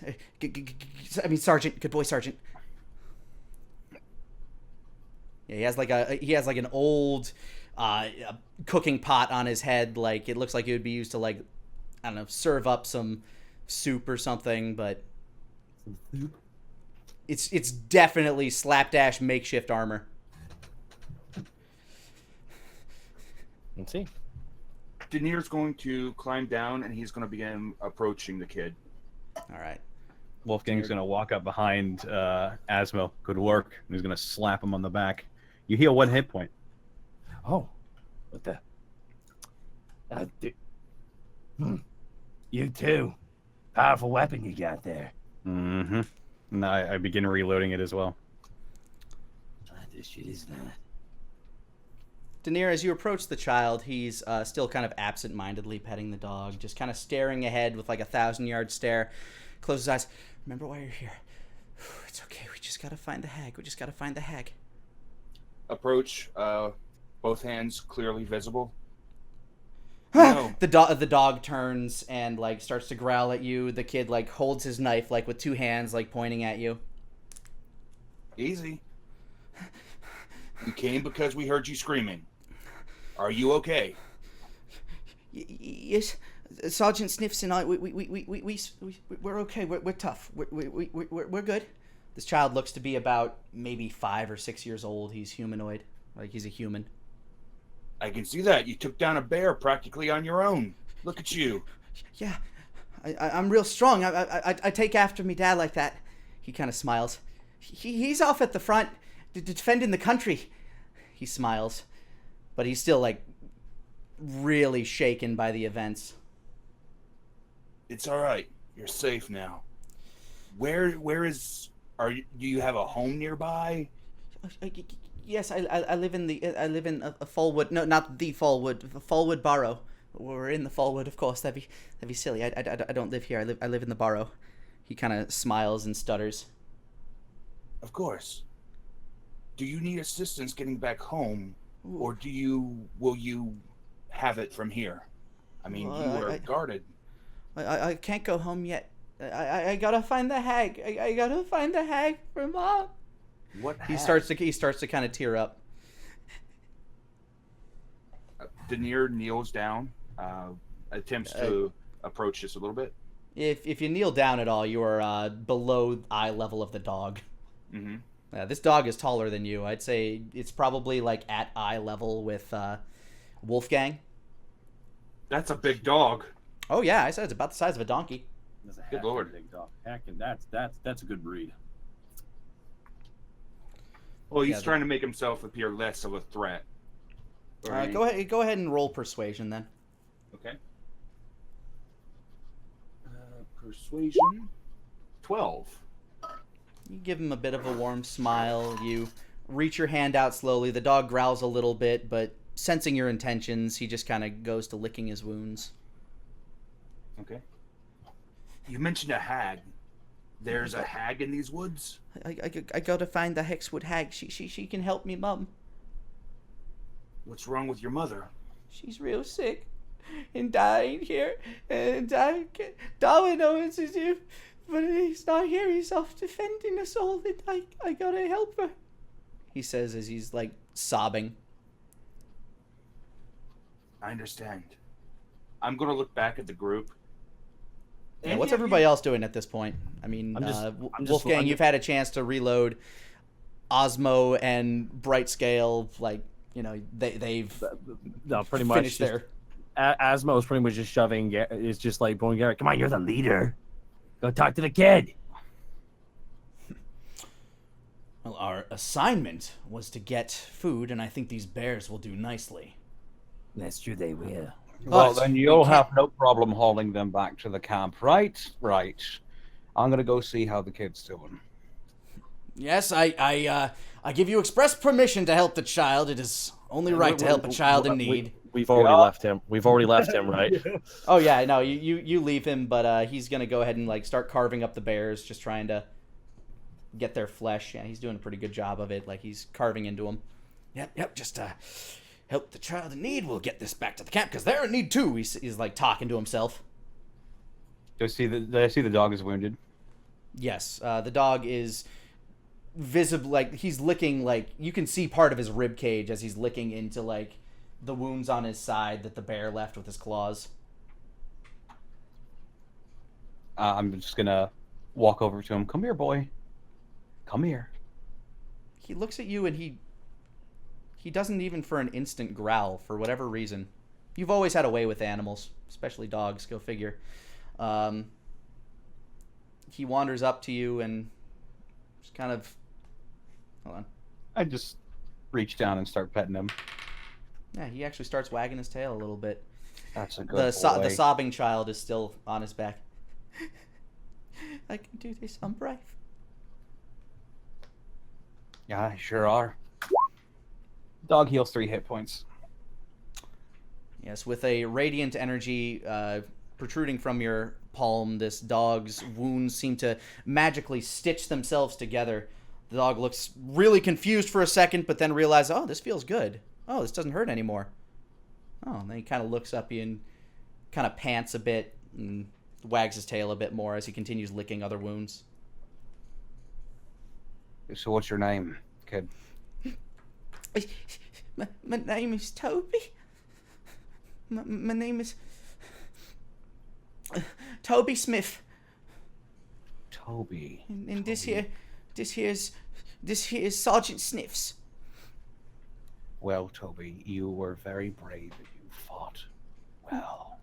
I gotta be brave like me da, he says as he's like kind of like he's still teared up, but he's trying to pull himself back together. I gotta find a hag to help me ma. She's real sick. Cat, what did you get from him? He says he's looking for someone called the Hexwood Hag. Apparently his mother is incredibly sick, and he thinks that the Hexwood Hag is the only thing that can help save his mother. He does live nearby, though.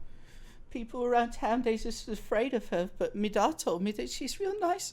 But she lives in this horrible place. But nothing ever hurts her, so she's got to be real powerful, right? Well,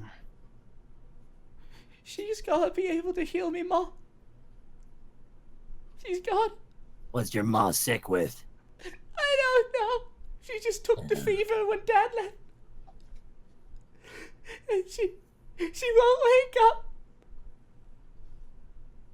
Denier reaches out to attempt to pet Toby's back and console him. He kind of gives a little bit of a start, but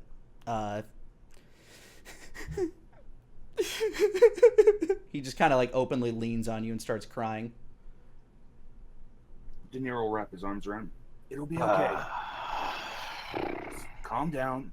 You had a terrible, difficult situation, and you're getting through it. Do you think you could help me? He looks back up at you with these like childlike puppy dog eyes that are just like filled with tears. His nose is running with snot. Garrick said that we can help the kid, so let's help the kid. Yeah. Let's find this hag then. I only know that she lives deep in these woods.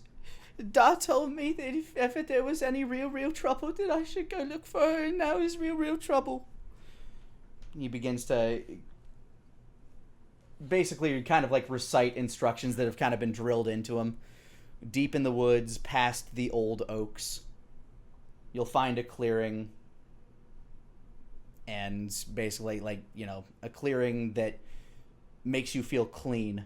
You don't know what, like, he doesn't know what that means, you don't know what that means, but somewhere deep in these woods you will find this place, and there you will find the hut of the Hexwood Hag. Okay. So do we do that then? Yeah. Yeah, go ahead and roll a survival check. Are we taking the kid with us? Oh yeah, the kid's staying with you. Like Alright. you're far enough in the woods that he's afraid to turn back because he doesn't know what he'll run into. Ooh. Oh! Before we leave, I turn, look at Garrick, and I just yell as we're walking. Kid needs to find the Hexwood. The kid needs to find the Hexwood Hag. You said help the kid. We're gonna help the kid. Bye. He's just carving away at a bear. Yep. No. I'll let everybody know to expect you back. Just you better return. He says as he's like carving into this bear. Like he definitely looks like his pride has been shaken today a little bit and needs a little bit of alone time. But those double nat 20s. Oh my I know, Lord. right? Yeah, no, you guys you're looking through this forest and like you're finding clearings. You're at one point you kind of like hear some wolves stalking, but you stop the kid, you stop the dog, you make sure the dog's okay, and the wolves kind of like walk by. You continue through. Feel free to make a perception check if you want to take a look around these woods at all. A hag? I know how to find hags. 12. 7. 18. How do you find hags? Yeah, go ahead and answer this question. Follow your nose. And as you do that, you notice a very distinct scent, actually. Yep. It smells like ogre. Old ogre. Dead ogre. Oh. And as you look around, following your nose, your eyes guide you towards, like, the trunk of a tree. And it looks like basically half the corpse of an ogre just kind of reaching out, petrified, as if it looks like it's being dragged into this tree. On his side, you actually see a sack that is still kind of visible and not pulled into the earth yet. The ogre is very dead. Perception check to see what like the damage is on the ogre. What's his damage? Go ahead and roll investigation if you want to check for causes of death and such. That's a Or 6. investigation or medical, I'll say. Oof. Well, I'd already rolled an investigation, Alright. so. I'm gonna look in the bag. I'm not gonna touch it yet. I'm just gonna look inside of it. All right. As you lean forward, you like pull out a dagger of yours. You like try to slide it open. Go ahead and like sleight of hand just to see how well that goes. Natural 20. Oh yeah, no, this thing just Double like nat 20? yeah, fuck man, like this string is loose. It's like it just falls right open and you can see right in. What do I find inside the bag? You see a bunch of like just from cursory glance, you see a bunch of bones, couple of shiny rocks, Sunny D, all right. and something glinting at the bottom of the bag as well. Something glinting, huh? Yep, nice and glinty. I'm gonna push aside everything that's covering that glint with my dagger. All right, as you root through, you notice that there's a hunk of silver in there. You also find what looks to be a old gold ring with a ruby inset on it. You also find, human hand bones. You find the skeleton of a goat, like a whole goat, and a dagger. Would I know this is a typical ogre fare for having in their sacks? Yeah, you know these things. They just kind of wander around. They grab whatever they see fit, either for food later or if something looks pretty and shiny, these things are dumb and just pick it up. All right, well, I'm going to grab the ring, the silver, and the dagger. All right. Yeah, you reach in and you get those things no problem. You have a half-pound lump of silver, you have a dagger, and you have a gold ring with a ruby inlet in it. Ooh, okay. Okay. Yeah, Ozma, I'm going to assume that after the battle you went around and collected your knives and stuff. Oh yeah. Yeah. I only threw one knife technically. Yeah, you threw one at the bear. The one you threw at the rabbit, not sure if you had a chance to pick that one back I grabbed up. I grabbed that while Grabbed it on chasing the way? after them. Okay, I cool. grabbed it on the way. Yeah. I have no reason to just take your weapons away. It's true. I appreciate that. You're a kind soul. Yeah. Investigation-wise, you can't really tell, like, as far as you know, this ogre is just being eaten by the earth, Asmo.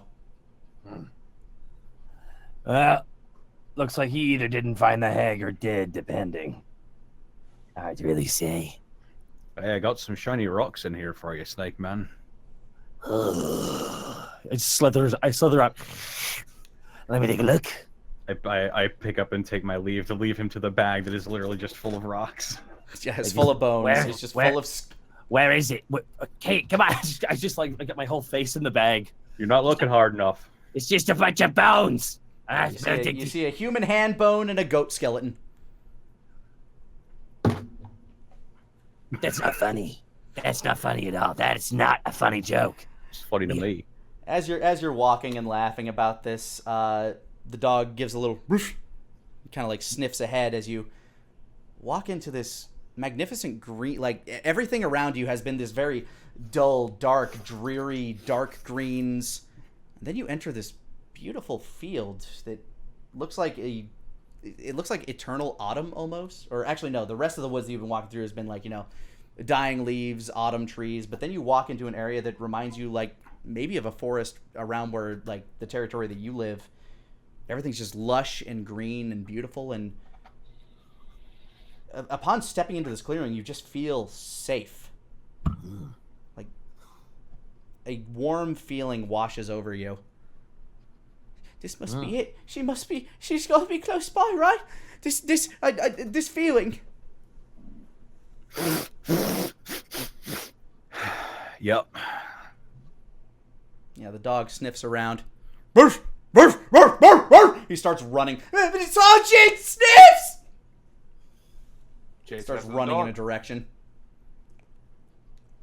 And you chase after the dog? Yeah. All right. The dog's faster than all of you, but you can follow his barking very clearly, and there seems to be nothing of danger in this area as you're walking through. So you find the dog barking at the front of a old shack that seems to have grown out of a tree. Barf, barf, barf, barf, barf. Keep it down, mutt! You hear from the inside. You're disturbing my babies! She says this kind of gangly, like stringy-haired woman as she opens the door. Oh, hello. She sees the child on top of the dog. Step back, please. She looks at the dog. Hello there. Oh, she looks over the side. It's been quite a while since I've had visitors. What brings you? She sees you, Shadow Dancer, and her eyes just kind of widen. Like her hands like go up to her cheeks. Oh no. Denier gives a rather big smile. Good afternoon, ma'am. You're so big. She smiles. She gives kind of like a smile as she holds her like fists up to her chin and kind of like rocks her torso back and forth.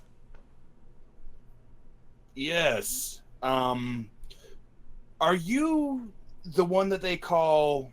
Well, are you of the Hexwood? Oh, I've lived here for many years. Yeah. Yes. My name's Maggie. Hi. Oh. She's like clearly awestruck by you. I will pull off my hood and let my ears with the big black tufts at the very end pop out. Yeah, as they flick from your hood, she like almost seems to like weaken in the knees a little bit. Like she seems just completely infatuated by you. As you see like a small black cat kind of like twisting and turning like in her legs. The dog barks at the cat. No, away with you! Away with you! Is this what they were talking about when they were talking about cat fuckers? Toby hops down off Sergeant Sniff. Sergeant Sniffs, patrol the perimeter. The dog looks at him, gives a little boof, kind of like looks up and starts like trotting around.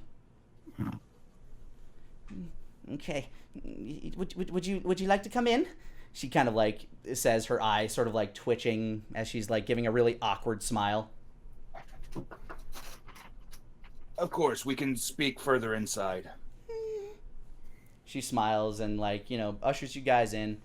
As you enter this house, if you can call it that, it is an absolute mess. Like, you're looking around and basically it is just a cluttered mess of vials, herbs, old raggedy clothing, and cats everywhere. Cats. Like, everywhere you seem to look, there seems to be a cat laying or sleeping, or those are basically the things that cats do.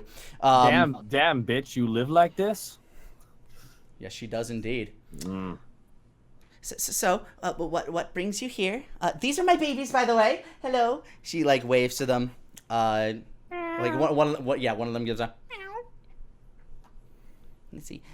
This is Balthazar, Ginger, Sabrina, Daffodil, Tulip, Maxwell, and this is that's Daniel Peaches. You look over like Wolfgang at your legs. The small black cat is actually just kind of rubbing up on you and giving you a little bit of a purr. Getting my. He like in your head. You just hear sup. Oh shit. Hi. Are you the cat? Yeah. Hey, man. How's it going? He looks up at you. His mouth's moving. You could all hear him talk. He got into one of my experiments a long time ago, and being a naughty boy, he knocked it over and lapped it up, and now he's a talker. Right. Are you the Hexwood Hag?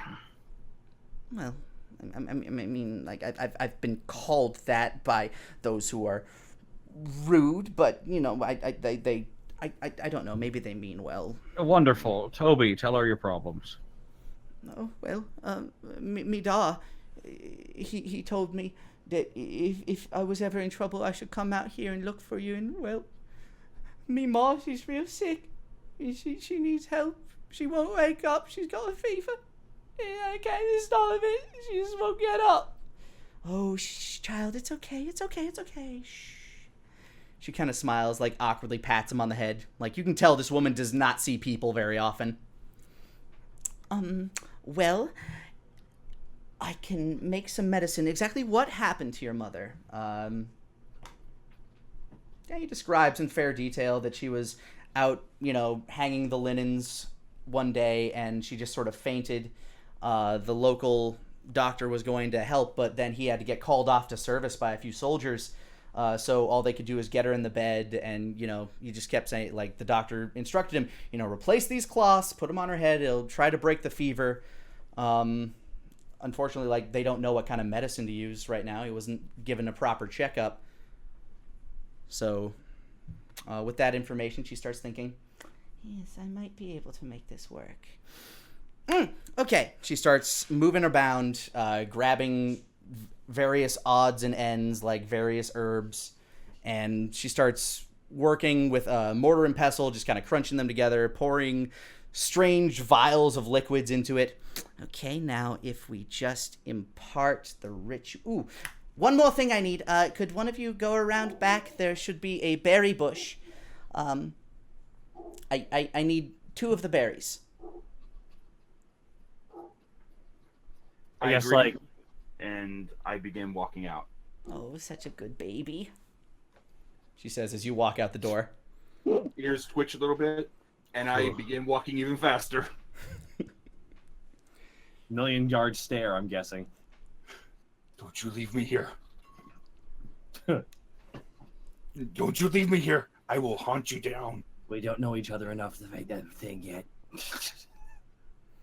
I'd make my peace. I go around the back and I begin looking for the berry bushes. Yeah, go ahead and roll a survival check for those. Absolutely. She gave you a description of it, so. Survival. 5. You're looking through, like, you see blackberries, you see bigger blackberries, you see purple berries. Like, this bitch got a lot of berries. Just unripe blackberries, if you really think about it. You looking for the berries? You hear from kind of a branch above you. You see Yes, the same, I am. You see the same black cat just kind of laying there, tail twitching. Yeah, they're over there, man. Kind of like looks over, hops down off the tree branch at your feet. Yeah, this one right here. Okay. Kind of points his tail at it. Much appreciated. Yeah. She really has a thing for cats, doesn't she? Yeah, she's great. She's Dude, a good like- one. Oh yeah, she's like, dude, the belly scritches. Holy shit. Really? Yeah. She Like, gives good no belly kidding. scritches? Oh no, yeah, like the best. Oh. This place is nice. Yeah. He kind of like wanders with you, like rubs up against you every now and again, gives off a subtle purr. I'll walk with him and I'll go to the bush and I'll pick the number of berries that she said. I believe she said that she wanted 2. Yeah, And go ahead. I collect 2. Do I need to Yeah, roll any that's- kind of rolls for it? No, you just grab the berries. Yeah, that's the good shit, man. I'm not much for berries myself, but that's some good berries. She grew any catnip around here? I mean, she doesn't. He kind of like says kind of snarkily. Oh, she doesn't. Yeah. I got a feeling that you got a stash around here, don't you? Fuck yeah, bro. Hell yeah. Begin walking back inside. Yeah. You guys walk in, and she's just sitting there like petting kind of like a orange and white tabby cat. Yes, that's a good ginger. He's a good baby. The other two are just in there, just awkward. I just got that. I get that look on my face, like, oh man, I can't wait to leave this store. Yup. The If there was person a in front of, yeah, if there was a man chair, you'd be sitting in it. yeah. I walk over and I present the berries to her.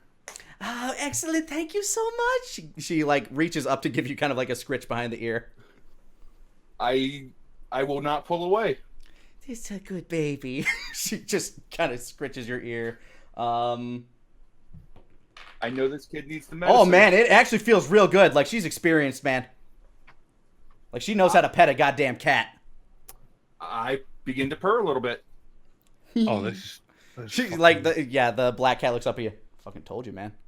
Fuck yeah, dude. I just whisper over to Wolfgang. Is he being hexed, or I don't know how magic works? I don't know. No, probably not. This is fucking weird though. By the way, how much do you like your gun? I like it a lot. Okay, good to know. Lean back. And if you ever Osmo, I grab him by the scruff of his collar. If you ever, I'll fucking kill you. You understand? Oh, hey. I will fucking kill you. While you're making this threat, a small gray cat is making biscuits on your leg, just kind of like leaning up and like patting at you. I've got witnesses.